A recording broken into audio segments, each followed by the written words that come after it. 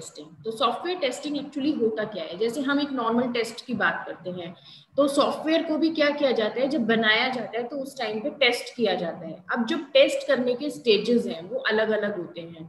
Test मतलब जब हम किसी भी चीज को चेक कर रहे हैं कि वो चीज, जो भी चीज है, क्या वो चीज हमारा सही काम कर रही है, जो हमारे डिजायर्ड आउटपुट्स हैं, जो डिजायर्ड रिजल्ट्स हैं, क्या वही हमको उससे मिल रहे हैं।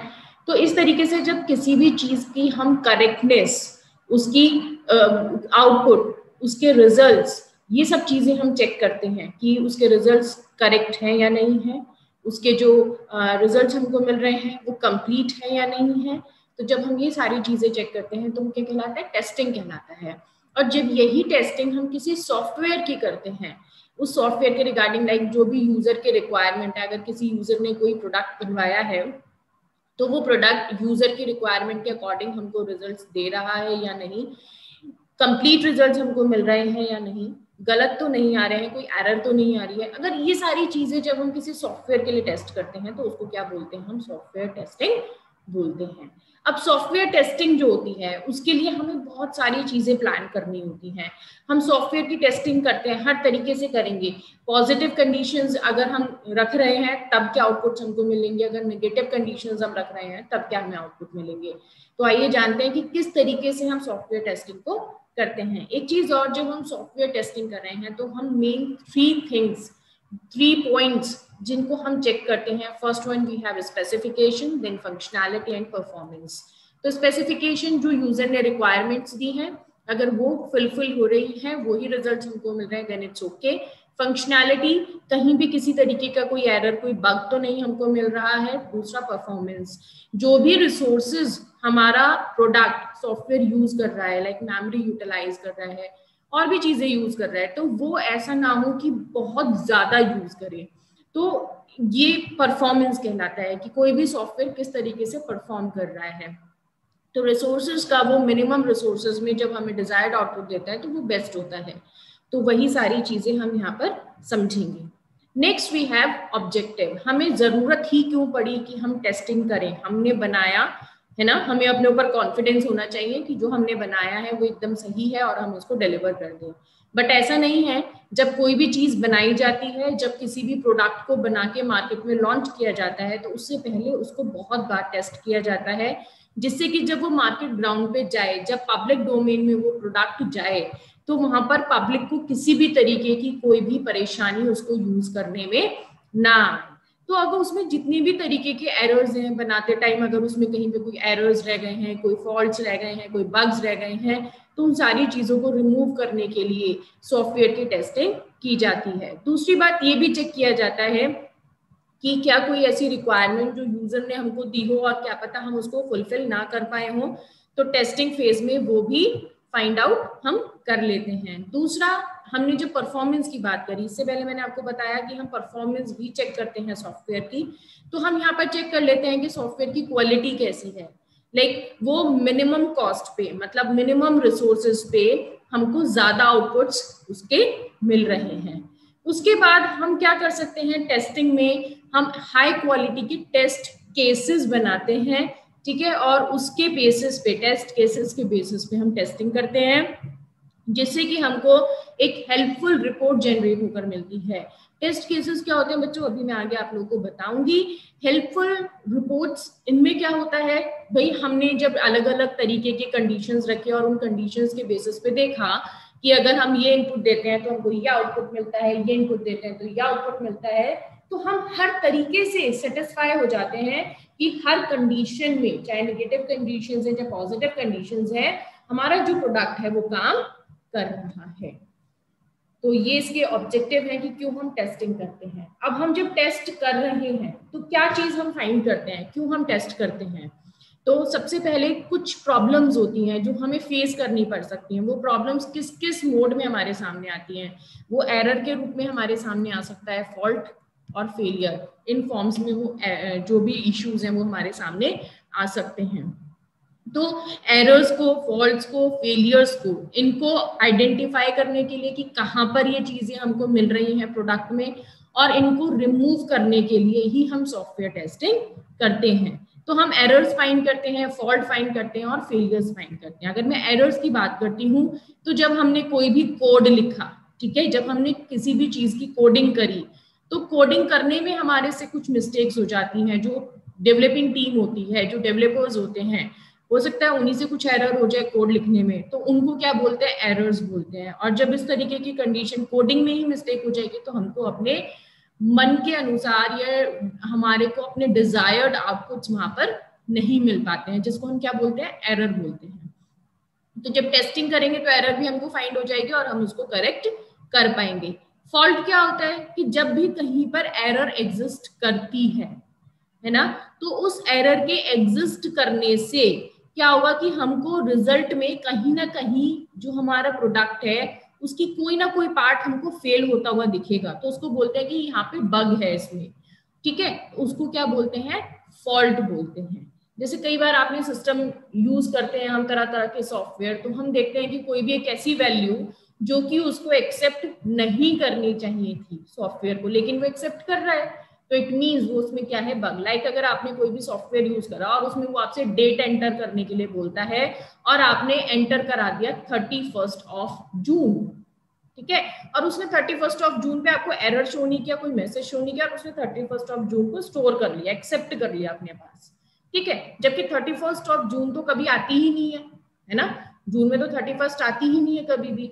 तो इस तरीके से जो है ये क्या है, यहाँ पर एक बहुत बड़ा बग है सिस्टम का, जो कि डेवलपमेंट टाइम पे रिमूव होना चाहिए था। यहाँ पे इस चीज के लिए वैलिडेशंस लगने चाहिए थे, लेकिन नहीं लगाए गए हैं, तो इसको क्या बोलते हैं, बग बोलते हैं, या फिर इसको हम फॉल्ट बोलते हैं, ठीक है। उसके बाद में हम लोग बात करते हैं फेलियर की। फेलियर में क्या होता है, जब भी हम किसी भी सिस्टम की बात कर रहे हैं, किसी भी प्रोडक्ट की बात कर रहे हैं और वो डिजायर टास्क को परफॉर्म नहीं कर पा रहा है ना, कुछ भी बग है, उसकी वजह से जो है, बग की वजह से जो है वहां पर क्या हो रहा है, सिस्टम काम नहीं कर पा रहा है, तो उसको क्या बोलते हैं, सिस्टम की फेलियर बोलते हैं। तो इस तरीके की कंडीशंस किसी भी प्रोडक्ट में, सॉफ्टवेयर में हमको देखने के लिए ना मिले, इसके लिए क्या की जाती है, सॉफ्टवेयर टेस्टिंग की जाती है। नेक्स्ट हमारे पास है टेस्ट केसेस। तो टेस्ट केसेस क्या होते हैं, ये एक बार मैं आप लोगों को बताना चाहती हूँ। तो आइए देखते हैं टेस्ट केसेस क्या हैं।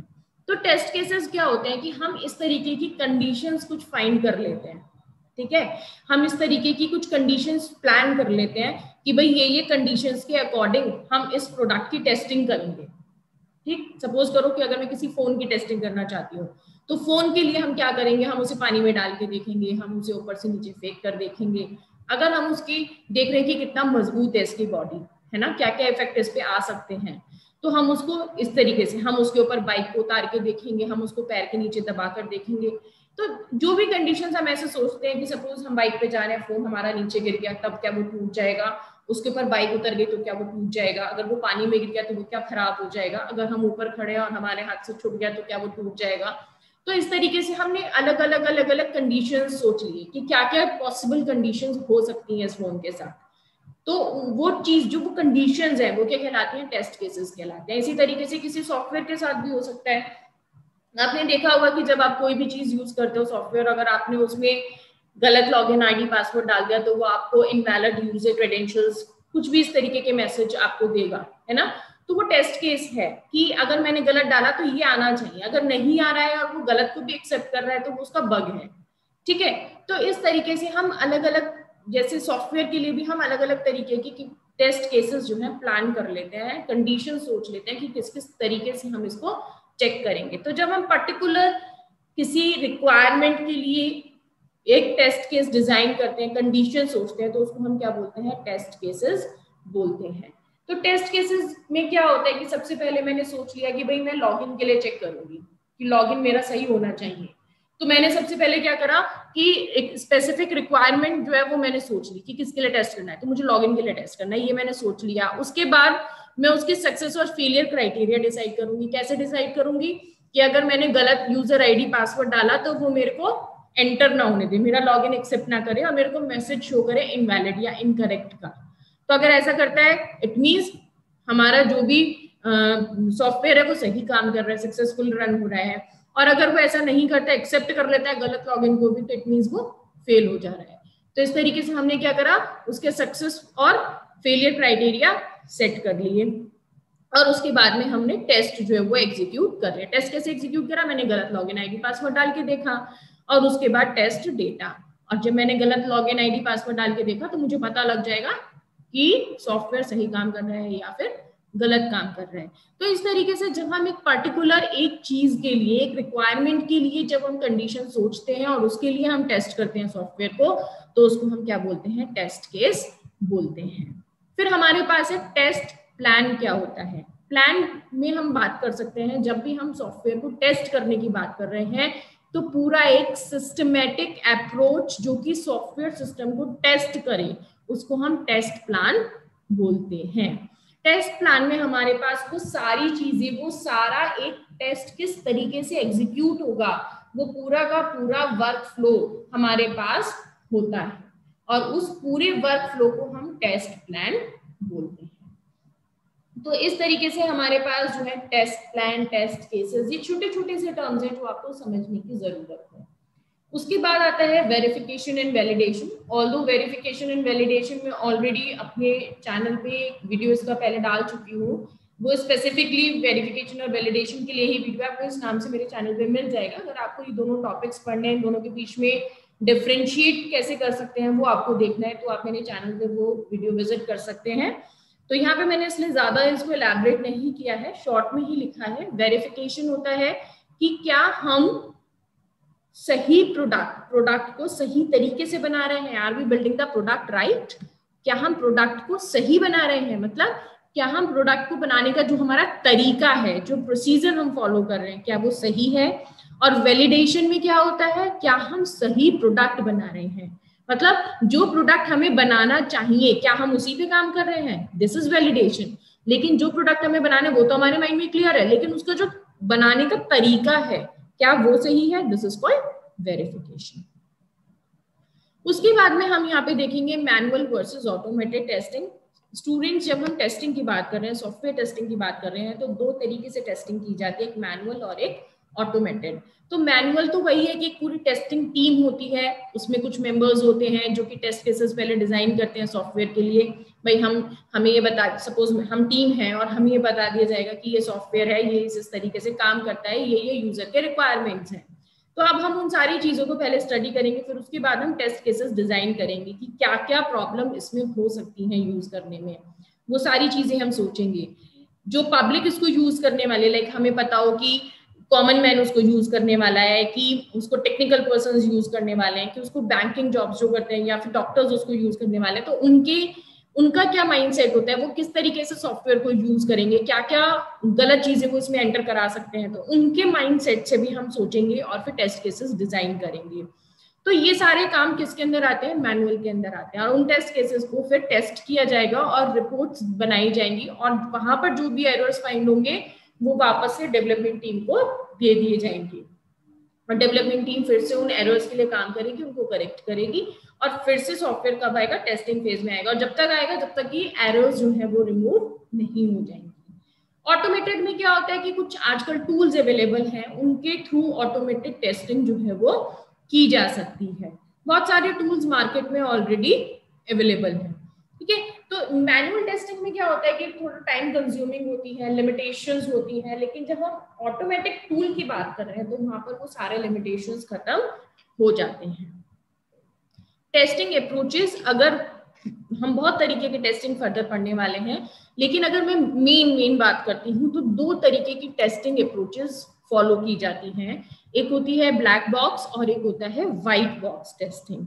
तो ब्लैक बॉक्स टेस्टिंग में क्या होता है, ब्लैक बॉक्स जैसे कि इसका नाम है, ब्लैक मीन्स बिल्कुल अंधेरा, जहां पर डार्क, आपको कुछ दिखाई न दे, तो वही चीज बिल्कुल उसी तरीके से हम इसको समझेंगे कि यहाँ पर जब हम ब्लैक बॉक्स की बात कर रहे हैं तो मीन्स हमको सॉफ्टवेयर के अंदर की चीज नहीं देखनी है कि उसकी कोडिंग क्या है, उसका इम्प्लीमेंटेशन कैसे हुआ है, वो हमको कुछ भी नहीं देखना है, हम सिर्फ और सिर्फ इसकी फंक्शनैलिटी देखेंगे, सिर्फ और सिर्फ इसकी परफॉर्मेंस देखेंगे, ठीक है। लेकिन जब मैं व्हाइट बॉक्स की बात करती हूँ तो हम उसमें कोडिंग पार्ट को भी कंसीडर करते हैं, जो सॉफ्टवेयर है उसकी पूरी डिजाइनिंग, उसका पूरा कोड, ये सारी चीजें भी हम यहाँ पर टेस्ट करते हैं, कि कितनी कॉम्प्लेक्सिटी है, ज्यादा कॉम्प्लेक्स कोड तो नहीं है, इस तरीके से। और ब्लैक बॉक्स में हमें कोड से कोई मतलब नहीं है, हम तो सिर्फ और सिर्फ उसकी फंक्शनैलिटी देखेंगे, किस तरीके से हमारा सॉफ्टवेयर काम कर रहा है। इसी तरीके से आगे हम बढ़ते हैं तो टेस्टिंग के लेवल्स होते हैं। लेवल्स की मैं बात करूं, लाइक कि जब मैं सॉफ्टवेयर टेस्टिंग की बात कर रही हूँ तो मैंने आपको बताया कि जब कोई भी प्रोडक्ट को बनाया जाता है, डेवलप किया जाता है, तो अब बहुत अलग अलग स्टेजेस पे उसको टेस्ट किया जाता है। ठीक है, जैसे कि आप लोगों के एग्जाम्स होते हैं ना, कि पहले हम असाइनमेंट देते हैं, उसमें एक टेस्ट हो जाता है, फिर हम आप लोग के क्लास टेस्ट लेते हैं, उसमें टेस्ट हो जाता है, फिर आप लोग के इंटरनल एग्जाम्स होते हैं, उसमें एक टेस्ट हो जाता है, फिर आप लोग के एट लास्ट जाके सेमेस्टर एग्जाम्स होते हैं। तो इस तरीके से अलग अलग स्टेजेस पे आपको टेस्ट किया जाता है, आपकी नॉलेज टेस्ट की जाती है। उसी तरीके से सॉफ्टवेयर को भी अलग अलग लेवल्स पे जाके टेस्ट किया जाता है। तो फर्स्ट होता है unit testing, then next is integration, and then other one is system. तो यूनिट टेस्टिंग क्या होता है हमारे पास, जब हम हर मॉड्यूल की, जैसे एक मॉड्यूल हमारा बनकर तैयार हुआ तो हमने सिर्फ और सिर्फ उसी मॉड्यूल की टेस्टिंग परफॉर्म कर दी। जब हम यूनिट टेस्टिंग करते हैं तो हम उसमें व्हाइट बॉक्स टेस्टिंग को यूज करते हैं। व्हाइट बॉक्स टेस्टिंग मतलब जिसमें कि हम इम्प्लीमेंटेशन कोड सारी चीजों को देखते हैं, और डेवलपर खुद ही ये वाली टेस्टिंग करते हैं। डेवलपर्स ने पहले मॉड्यूल बनाया, अपना बनाने के बाद वो खुद ही उसको करते हैं। लाइक जैसे हम होते हैं ना, एग्जाम कॉपी लिखते हैं और फिर खुद ही हम एट लास्ट उसको पूरा एक बार चेक करते हैं कि कहीं पर हमसे कोई चीज रह तो नहीं गई है। ठीक है, तो इसी तरीके से डेवलपर खुद ही उसको टेस्ट करते हैं। फिर आ जाता है इंटीग्रेशन टेस्टिंग। इंटीग्रेशन टेस्टिंग में क्या होता है, अभी मैंने इससे पहले आपको बताया यूनिट मतलब हर मॉड्यूल की अलग अलग टेस्टिंग। तो जब सारे मॉड्यूल्स बनकर तैयार हो जाते हैं तो उनको क्या किया जाता है, कंबाइन किया जाता है, असेंबल किया जाता है। तो कंबाइन करते टाइम जो टेस्टिंग की जाती है, कंबाइन करने के बाद मतलब उनको इंटीग्रेट करने के बाद जो टेस्टिंग की जाती है उसको क्या बोलते हैं, इंटीग्रेशन टेस्टिंग बोलते हैं। तो इसका क्या फायदा होता है, अभी हमने अलग अलग मॉड्यूल्स को तो टेस्ट कर लिया, लेकिन जब सारे मॉड्यूल्स को हम एक साथ कंबाइन कर रहे हैं और हम उसको यूज कर रहे हैं, तब हमारे पास अगर कोई प्रॉब्लम आ रही है, एक मॉड्यूल दूसरे मॉड्यूल के साथ जुड़ गया, हो सकता है जब कोई इशू आए, जब कोई प्रॉब्लम आए, तो वो सारी प्रॉब्लम्स को आइडेंटिफाई किया जाता है इंटीग्रेशन टेस्टिंग में। इसके भी बहुत सारे टाइप्स होते हैं, big bang, top down, bottom up and mixed integration testing. Students, ये सारे जितनी भी टेस्टिंग मैं आपको यहाँ पर बता रही हूँ, ये जैसे लाइक मैंने यहाँ पे सारे टाइप्स आपको बताए, तो इनको हम बहुत अच्छे से डिस्कस करेंगे फर्दर वीडियोस में। इस वीडियो में मैं इनको डिटेल में नहीं डिस्कस करूंगी। नेक्स्ट अभी आगे चल के हम इंडिविजुअल वीडियोस में इसके अपलोड करूंगी अपने चैनल पे, लाइक इंटीग्रेशन टेस्टिंग क्या है, इस तरीके से बाकी सब, तो वहां पर हम इन सारे टेक्निक्स को, इन सारे टाइप्स को भी डिस्कस करेंगे। फिर है मेरे पास सिस्टम टेस्टिंग। सिस्टम टेस्टिंग मतलब जब हमने सब काम कर लिया, मॉड्यूल्स इंटीग्रेट हो चुके हैं, बाकी सारा इम्प्लीमेंटेशन हो चुका है, जब हमारा सिस्टम अब पूरा रेडी है, तो हमने उसको क्या करा, अब टेस्ट किया एक बार और उसको क्या बोलते हैं, सिस्टम टेस्टिंग बोलते हैं। सिस्टम टेस्टिंग में हम परफॉर्मेंस चेक कर लेते हैं कि हमारा जो भी प्रोडक्ट है वो अच्छे से परफॉर्म कर रहा है, नहीं कर रहा है, उसमें कोई प्रॉब्लम तो नहीं है, कोई एरर तो नहीं है, प्लस वो हमारे को मिनिमम कॉस्ट में ज्यादा से ज्यादा रिजल्ट्स हमको वो दे सके। इसके भी डिफरेंट टाइप्स होते हैं, alpha, beta, acceptance and performance. तो जैसे कि मैंने बोला कि हम फर्दर वीडियोस में इनको डिटेल में डिस्कस करेंगे। और परफॉर्मेंस टेस्टिंग के भी ये सारे टाइप्स हैं हमारे पास, stress, volume, configuration, compatibility, regression, recovery, maintenance, documentation and last one is usability. तो इतने तरीके की टेस्टिंग जो कि हम लोग फर्दर वीडियोस में डिस्कस करेंगे। तो ये था एक छोटा सा इंट्रोडक्शन सॉफ्टवेयर टेस्टिंग से रिलेटेड, क्या होता है, किस तरीके से की जाती है, क्यों की जाती है, टारगेट किसको रखा जाता है, ये सब चीजें आपको बताने के लिए। मिलते हैं नेक्स्ट वीडियो में। इस वीडियो के लिए इतना ही। Thank you so much.